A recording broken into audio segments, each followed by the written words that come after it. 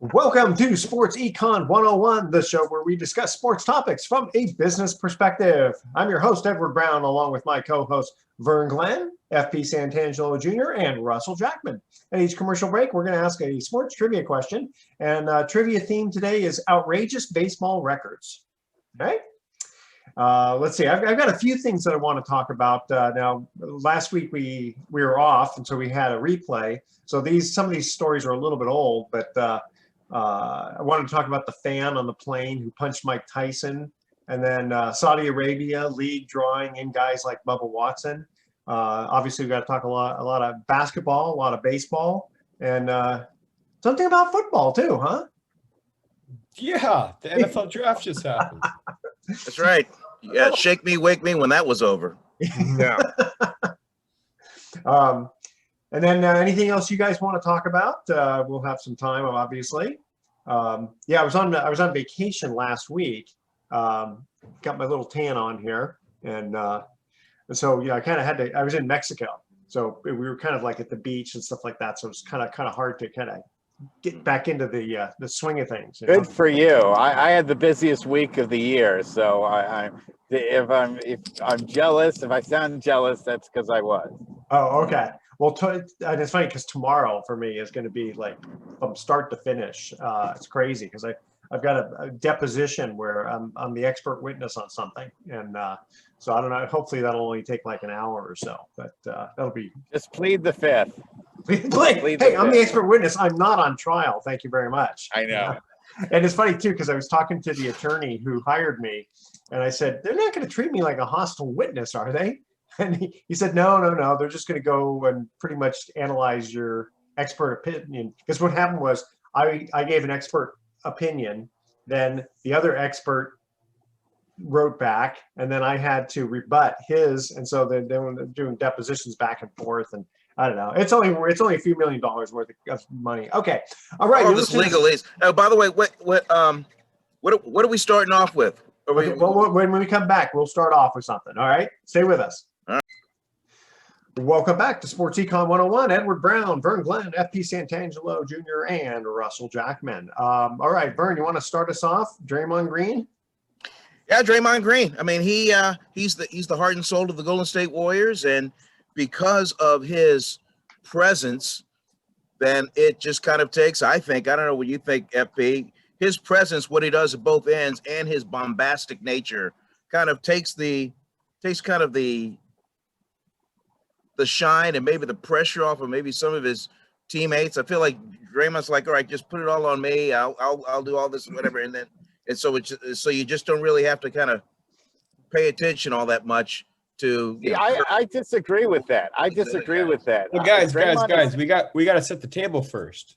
So we're talking about the Memphis Grizzlies against the Golden State Warriors here. Game 1, Draymond Green gets thrown out of the game because of a flagrant 2. Flagrant 2. Yep. Everybody on Twitter agrees universally that it wasn't a flagrant 2. A lot of people are saying it was a flagrant 1, even if that. Draymond Green immediately after the game puts out a podcast explaining what happened down to the detail. And he said, for the first time in my career, me and you, the average fan, we're on the same playing field because guess what? I don't know what happened either. I don't know how. You know as much as I do about that call. Well, his hand looks like it got caught, and then he looked like he tried to help the player from falling. And that's what Draymond said on his podcast. He said, I was trying to help the player from falling. That's what you do. Not only just to be a good sportsmanship, but just to be a good human. You don't want somebody to land on their head. Anyways, he does swipe at the face. Okay. Go ahead, Russ. Oh, well, if Draymond hadn't lived in a time when Dennis Rodman was around, I would say that he has every reason to be surprised. But he's seen what happened to Dennis Rodman over the years, and he knows what a reputation foul is all about. And he knows. I know, but what's Draymond supposed to do, though, right? Like he said, like FP said, you don't let a guy fall on his head. And if he would have just like had it's the shot to the face. It's the shot to the face that I think is what got him ejected more than the grabbing of the jersey. I disagree with you, Russ. I think it's the reputation. If it's Steph Curry that does that and it's what I'm accidental, then I don't think Steph Curry's getting ejected. I don't think Klay Thompson's getting ejected. I don't think No, he's Jordan Poole's under getting the ejected. Dennis Rodman set of rules. He's been under the Dennis Rodman set of rules since that incident with LeBron James years ago. So he knows. Teabagged him in that playoff game. Yep. Yeah. But he Speaking of knows that he's under teabag, Dennis speaking rules. of teabag, Jay Crowder need Luka Doncic in the man zone, and he got a flagrant 1 foul. And then, of course, Draymond Green responded to that one on Twitter. I thought that was funny. Yeah, with a whole bunch of laughing emojis. I thought that was great, I mean, too. you know, with a game going that fast, I don't think anybody's trying to knock him in the man zone. You Right. know? I just don't see any of that happen because, you know, guys just there's like dirty fighting type of thing. I mean, nobody's going to do that on purpose. Well, hey, when you're jumping in the air, the knee's got to go somewhere. It just happened in the case of Crowder and Doncic. That just happened. But and then, like as you said, the incident with Draymond Green. I mean, that was bang bang. I mean, the guy went up. Green grabbed a jersey, wanted to foul him because he didn't want to give him the easy bucket. Yeah. But he did hang on to that jersey to break this guy's fall. Yeah. The referee from wherever vantage point he was at, he was just like, hey, he threw him down to the ground. But the replay. Yeah, but then they looked at it though on replay. I mean, they didn't just throw him out right away. They looked at it and made those refs couldn't call out of bounds plays right. They had no idea what they were doing that night. That was one of the worst refereeing crews that I've seen. You know, is Angel Hernandez an NBA referee all of a sudden? Right. You know, but interestingly enough, though, if you watch what happened afterward, I mean, I guess the Warriors sort of took it like a chip on the shoulder and a bit like, hey, we're going to win this for him. And I mean, they just played. That's why I would argue and say that Draymond isn't the heart and soul of the team. The heart and soul of the team is Steph Curry. It still is, and it will always be. That's what made Durant so upset, and that's why they can survive without Draymond Green in the lineup. They can't. Russ, I was coming from the standpoint that Draymond Green is the guy that makes all the defensive calls and makes the offensive calls when they are running their offense. That's Draymond Green. I mean, obviously Steph Curry is Steph Curry, but I'm just talking about from the quarterback. And now Jordan Poole is Jordan Poole. Yeah. Okay. That's a difference, is that before, when a guy like Draymond Green was out, the Warriors had no other option. They didn't know where else to go other than Steph and maybe Klay. But now Poole opens up a whole third dimension. 31 points. The guy cannot be stopped. Off the bench. The guy is making shots from Marin County. He's shooting baskets from Marin County, and they're nothing but net in Memphis. So, guys, I have to bring this up. Everybody's probably asking, okay, these guys, of course, they're talking about the Golden State Warriors. Such homers. I can't believe it. Well, guys, guess what? ABC just released their ratings. At the highest view count, they had 11 million viewers and averaged 7.1 million viewers. That's the highest they've had on a single show in 10 years. Game 1 of round 2. You want to watch a 117, 116 game. And it's Memphis. I mean, you know, they got John Morant and all that, but it's, you know, Memphis isn't really a big market, is it, for basketball? No, it isn't, but John Morant is big time. Yeah. So. Yeah, he's excited. He's exciting. I love some. Speaking of big time, I don't know if there is an answer for Giannis Antetokounmpo and the Milwaukee Bucks. I mean, those guys, they just come in like a freight train. And just did you see the shot where Giannis threw it off the backboard, caught it, and then jammed it? I was like, that was self-made alley-oop. But it was cool. Self-made alley-oop. That's pretty good. And meanwhile, do you guys feel that the Dallas Mavericks should all give their paychecks over to Luka Doncic today? I mean, when I watched last night, I saw so much standing around except for Luka. I don't think any of the other players deserve any money. They should just give their paychecks to him because he was the one that stood up and made Dallas accountable. The rest of the team is pathetic when it comes. And that's the difference. Like, you got a problem with JaVale McGee picking that steal and then going the other way and then jamming it? No, but okay, he gets $10. He gets $10. But, All right, but the great. rest of the team mostly stood around and watched while Luka, put on an exhibition for the ages. And that's what you look at, like with Draymond. I mean, he probably is the hardest working player out there. He's never not running back and forth. I'm gonna say GP2 sure could Oh my gosh. make the claim for that. Oh my gosh! What I mean, hard. again, you talk about somebody that plays at both ends, and then his leaping ability, 6'3", Yes. and the jam at the beginning of the game, and then the baseline jam toward the end. I mean, he's such an excitable player. Although I will say, at crunch time, he was slightly out of position when John Morant drove in for the game-winning attempt, but Klay Thompson was there just to create enough disruptive interference where he could not get that shot off. So kudos to Klay, who missed 2 free throws. You're like, oh my gosh, and then hit the 3-pointer when it counted. Russ, I'm sure you were losing your cookie. I was. Yeah. I was. To see Klay miss 2 and then hit the 3. I've rarely seen someone choke and then make the clutch shot within 30 seconds of each other. It reminds you of Bob Brenly making like 3 errors in 1 inning and then hitting the game-winning home run. Yeah. For the Giants. Hey guys, we're going to cut to our first commercial break. We're talking outrageous baseball records here. Throughout the 19th and 20th century, only 2 baseball players played for the same team in 23 seasons. Who was the first ever to do this? Two teammates that played together for 23 seasons? Yeah, okay. So that's the question. 19th century? Hold on. Throughout the 19th and 20th century, only 2 baseball players played for the same team in 23 seasons. Who was the first ever player to do this? And I'll tell you, forget about the 19th century, okay, Russ? So we don't have to worry about that. All right, it's in the 20th century. Thank God. So we just knocked off about 60 years of baseball. All right, that's our trivia question. Stay with us. Sports Econ 101. We'll be right back. Welcome back to Sports Econ 101. Edward Brown, Vern Glenn, FP Santangelo Jr., and Russell Jackman are here. Our first trivia question. Throughout the 20th century, only 2 baseball players have played for the same team in 23 seasons. Who was the first ever to do this? Was it Ruth and Gehrig?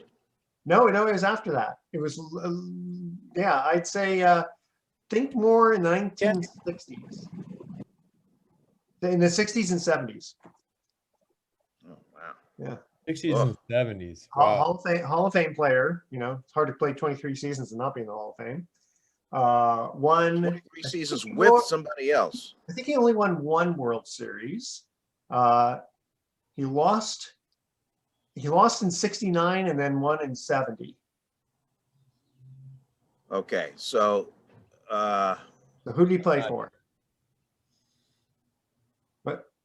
Well, I'm going to guess Frank Robinson with the Baltimore Orioles, and you're close. I'm close. You're close.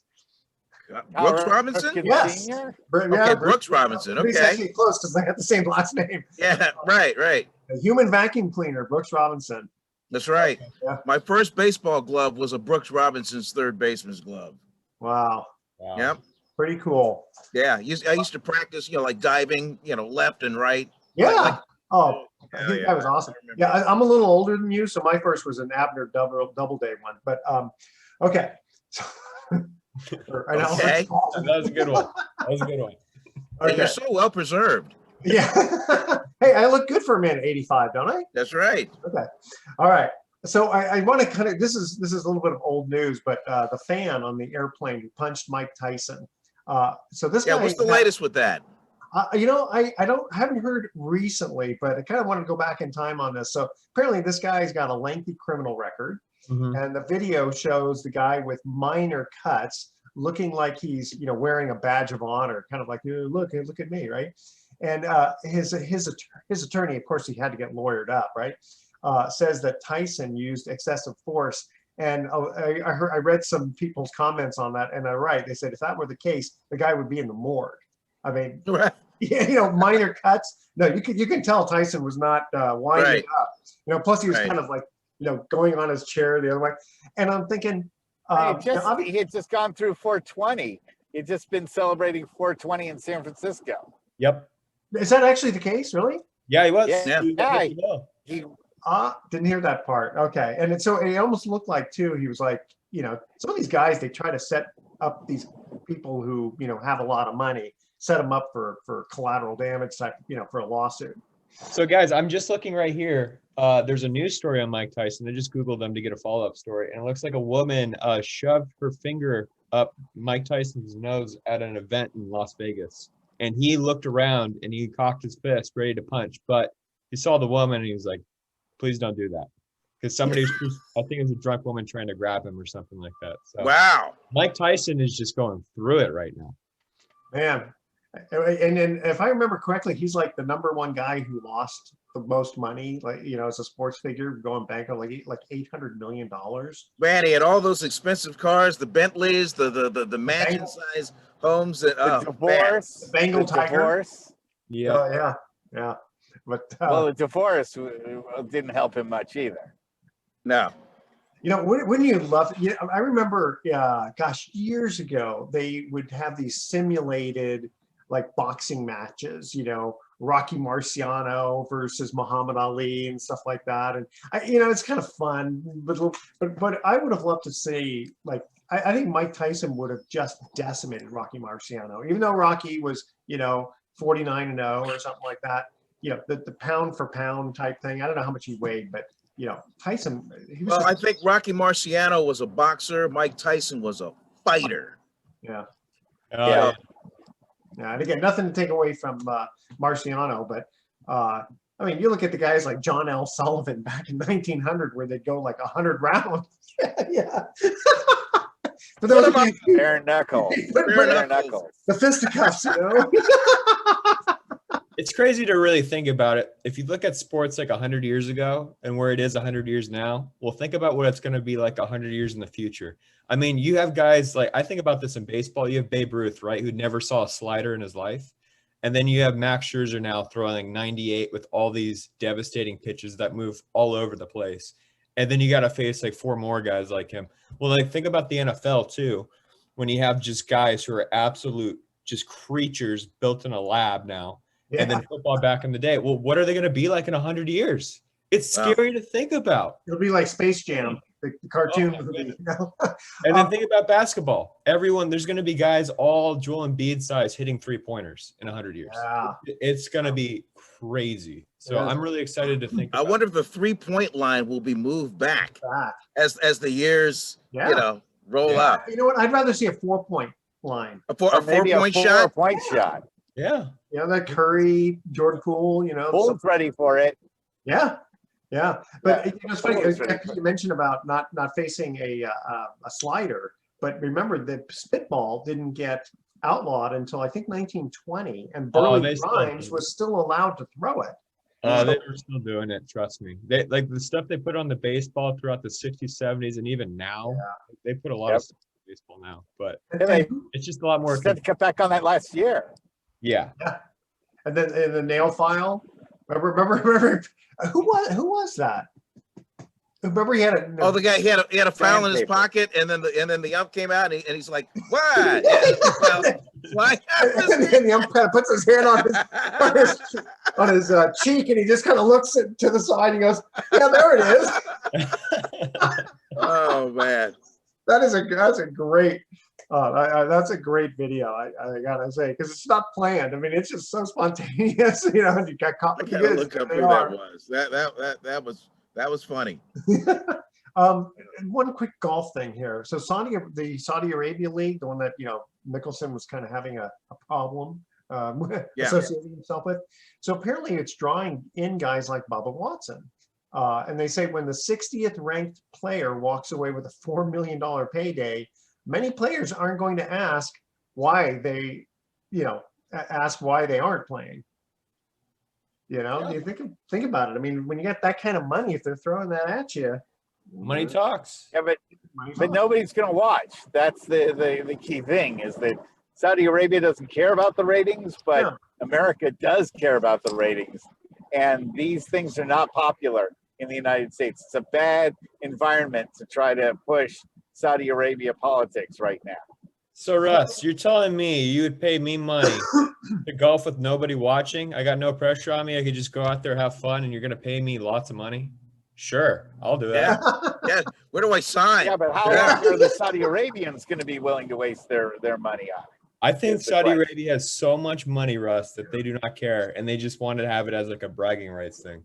Well, That's with just what they- oil at $105. Well, let them, but I'm not going to watch. Let them, but I'm not going to watch. That's fine. I mean, So, I don't it's think they'll get irrelevant. too disappointed that you're not watching, you know. But, you know, do you have to get involved in the politics just by playing in the country? Yeah, if they start Kinda. asking the athletes to do some things, then maybe you start going, wait a minute. But if you're just telling me to golf and no one's watching me and you're paying me that much money, sure. And don't ask me questions about human rights or anything else. I'm just here to play golf. Yep, that's it. I'm just Yeah. there to play golf, sure. I mean, because remember, wasn't there a big thing about Augusta? Because for years they wouldn't let women, you know. Oh yeah, And and that's what, African Americans too. There's a whole history of racism there. yeah. So All right, guys. So any predictions on the NBA? I know it's still early, still just in round 2, you know. I'm still going Warriors Suns in the Western Conference Finals, Yeah. and Milwaukee, and just fill in the team for the Eastern Conference Final. I'd love to see the Bucks and the Warriors go at it. That would be cool. that's a Bucks bad trying matchup for to the defend, and Warriors. the though. Warriors, previous champion. I think that'd be a ratings bonanza. Yeah, I mean, who do the Warriors have? I mean, Kevon Looney can't go against Antetokounmpo. Mm-mm. Yeah, but they'll play small ball. It doesn't matter. I mean, they'll run their system and try and create problems for the other team. They'll quadruple team them, you know, and then just quickly run to the one guy who's open, and then quickly run. I think just like what we're seeing with John Morant and Jokic in the previous series, the Warriors are fine with their big stars, with the opponent's big star getting their points. It's everybody else, Good point. Yeah, because it ain't a one-man team. because those guys are going to get their touches. Yeah. So I wouldn't be surprised to see Dallas take Phoenix to 7 games. I think that once the remaining cast of Dallas decides to actually play basketball like they did right towards the end of last night's game, they made that game a lot closer than it could have been. And I just think it's a lack of effort from the rest of the team. If Luka gets the support from the rest of the team, that team could go to the Western Conference Final. when I look at Dallas and I see Jason Kidd as the head coach, Yeah. I still just think of him as the high school star at St. Joseph's Alameda. Yeah. One of the first guys I met when I started working in this market. I believe he was in 10th grade at the time. And Wow. Frank Laporte was the head coach, and he was, you just keep hearing about how great this kid was, and then then the stories come out about how Gary Payton Sr. and some of the other guys, the great players that came out of Oakland, they would come by and pick Jason Kidd up to go play pickup because Kidd wasn't old enough to drive. Yeah, I love it. Wow. Okay, hey guys, going to our second commercial break here. Trivia question. In 2010, this baseball player, always kept his bags packed and tied a major league record by playing with his 12th team during his career. Who was this? Stay with us. Sports Econ 101. We'll be right back. Wow. Welcome back to Sports Econ 101. One more time, Edward Brown here, along with FP Santangelo Jr., Vern Glenn, and Russell Jackman. Our second trivia question. In 2010, this baseball player always kept his bags packed and tied a major league record by playing with his 12th team during his career. Who was this? FP, who do you think it is? Matt Stairs. That's correct. Wow. Very Matt good. Stairs. Wow. One of my favorite go-to guys when he was playing for the Oakland A's. Yeah. Always had an opinion, loved hockey, just a funny guy. No, it's funny. And he had a rocket arm in the outfield. The old saying was, "You don't run on Matt Stairs." That's good. Yeah, I mean, I was thinking like, okay, Ricky Henderson, but he played. He had retired by then, I think. He played for what, 9 teams?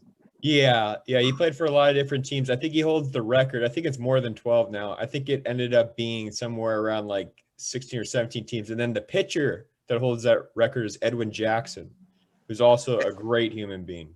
Very, Wow. very nice guy. How many teams has he played with? I think it's around 10, something like that as well. But Matt Stairs, I believe he's in the Philadelphia Phillies broadcast booth now. One of the funniest individuals ever. Yeah, he is. And when I was in high school, I asked him for some hitting advice because he was with the Nationals at the time. FP Senior was the broadcaster at the time. And they're really good friends. And I asked him, so, Matt, if I come off the bench and I'm pinch hitting, what do I do? And he said, swing as hard as you can on the first pitch, no matter where it is, and let them know you're ready to hit. So, that's good strategy. Well, Matt Stairs was known to swing as hard as he could at the first pitch. So, it's funny. Wow. When I was coaching my daughter's softball team, I was just an assistant coach, but I would tell the kids, I said, most of the time, the first pitch you're going to get is going to be the best pitch. So I said, I want you swinging at that unless it's just like in the dirt or over your head. And right. Sometimes it's just frost me when these perfect pitches would come right across the plate and they'd just be watching them. It's like, stop doing that, But yeah, swing as hard as you can. I like that. Good advice. Yeah, man, I have to remember that. Yeah. I gotta work. I don't know. There's something to be said about working the count, but that's a different discussion for another time. Well, this is pinch hitting. This is just pinch hitting. If you're coming off the bench, like in the 7th, 8th, or 9th inning, it's a way different scenario because you want to just make sure you're letting the pitcher know you're ready to hit. And usually they try to throw a fastball by you the first one. Yeah, exactly. Because they think you're cold off the bench. So just be ready. Right. I know. I would start swinging when the guy just stepped on the mound. Make sure that I timed it right. So I had heard somewhere that baseball was having a hard time drawing either fans or the TV audience. Something about going woke. Is that? No, it's not that at all. So, Edward, what's been going on is that the attendance is the lowest it's been in the past 10 years this season. Okay. And to be frank, it's just because concession costs, parking, and ticket prices are just way too high. Gotcha. And you don't think that the law? You cut out there. You cut out there, Russ. You don't think the lockout had something to do with it too? No, I don't think the fans cared that much. It was more between the players and in the ownership group. But if you look at the prices, like a day at the ballpark with your family is like a day at Disneyland. It's ridiculous how much it costs. So they really got to look at how they can reduce these prices and how they can maximize profit without trying to squeeze every little penny out of the consumer or make them feel like that. Because there's this perception right now that if I'm going to the ball yard, like, man, I better get food beforehand. I better get food after somewhere else because it's going to be cheaper. I want to show up like right at game time, not beforehand, because, I don't want to get caught buying these, I don't want to buy team gear, this, that. It all adds up. I mean, a day at the yard, if you have a family of 4, it's got to be like $1,000 right now. And that's nothing to scoff at. Really? You think that? I mean, it depends on where your seats are, but. Well, you think about parking. Parking's $60. Okay. Your seats are probably like $200 each if you want some decent seats.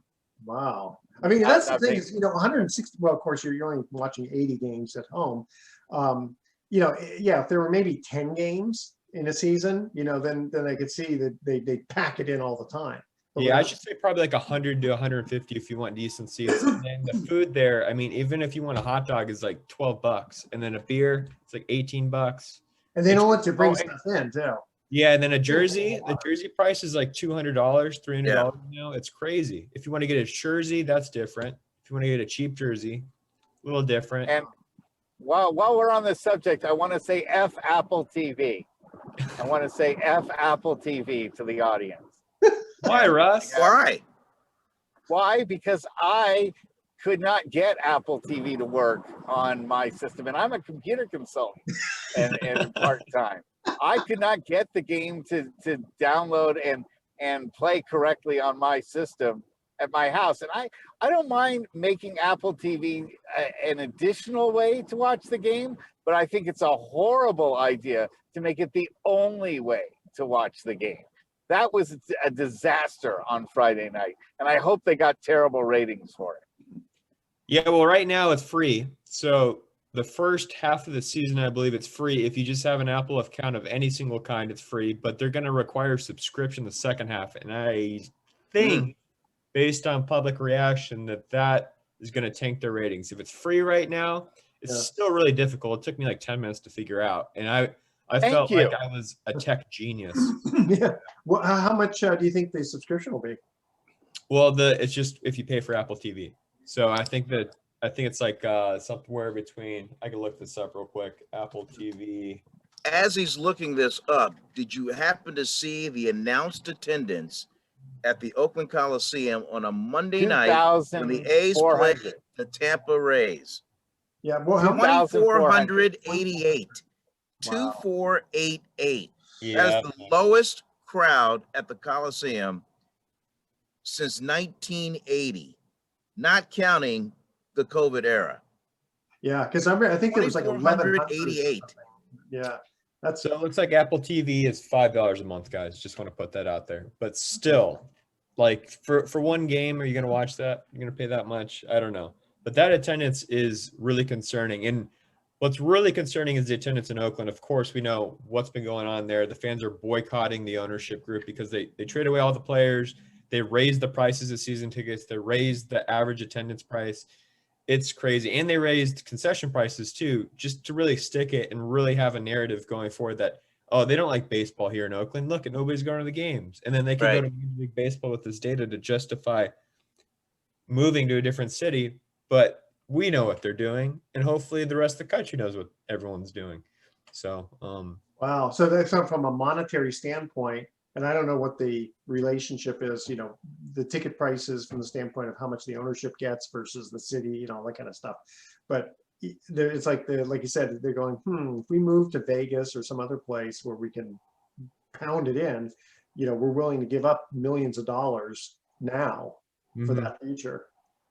Yeah, I'm wondering what, I have no idea, but I'm wondering what the overhead is for a home game at the Oakland Coliseum. Just the electricity. Concessions, employees, you know, security, the PG&E, everything. I'm just wondering how much that is per game average versus what they're bringing in. Well, I can guarantee you 2,000 fans won't cover it.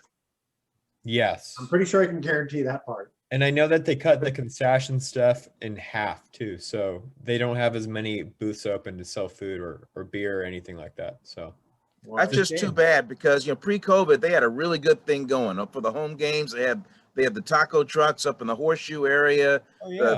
It was just, you know, you had stars on the team and it's a pretty good ball club. They were playing good ball, but now, oof, boy.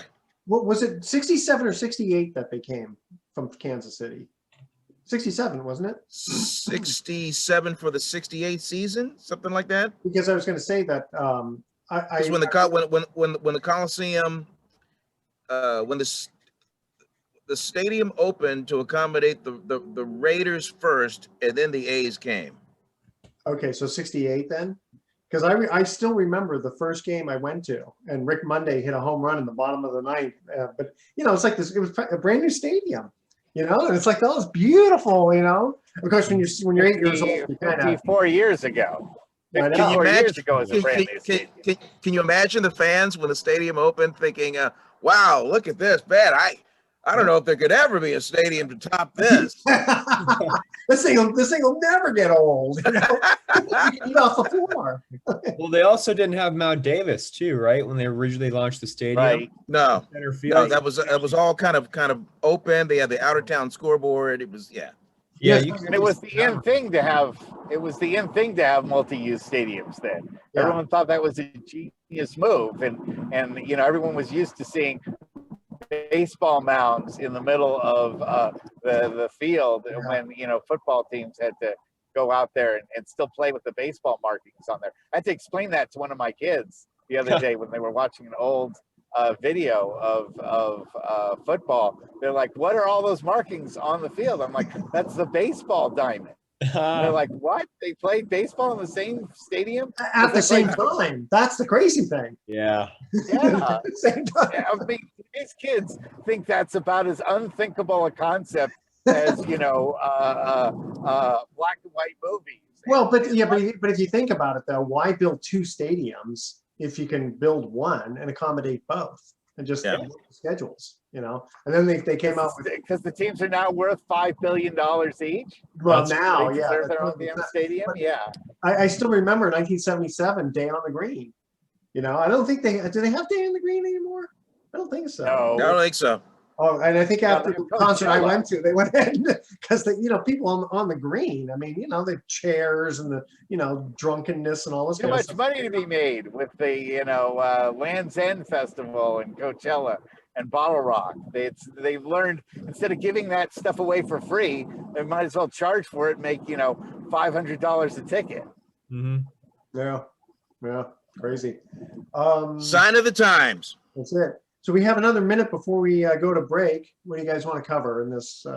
Draft, the NFL draft. We Oh, haven't yes. talked 1 second about It's it. only worth a minute anyways. Yeah, it really is. Well, Deebo Samuel is still a 49er. I mean, we went through a huge amount of drama while we were away for 2 weeks. I mean, the whole Deebo Samuel thing broke and is still breaking like a rotten egg. Right Lynch now. said today on KMBR that they don't plan on trading him and they're going to iron things out. So that's really good. Oh, good. Good. But the only other thing that really happened was AJ Brown got traded from the Titans, I believe, to the – where did he get traded again, guys? Sorry, it's escaping my memory right now. But Well, the common denominator of that is AJ Brown and The Deebo Eagles. Samuel have the same agent. oh, Ooh, that's Yeah, good to know. and AJ Brown got all that money, so Debo's better than AJ Brown. yeah. AJ Brown to the Eagles, by the way. Sorry about that. Okay.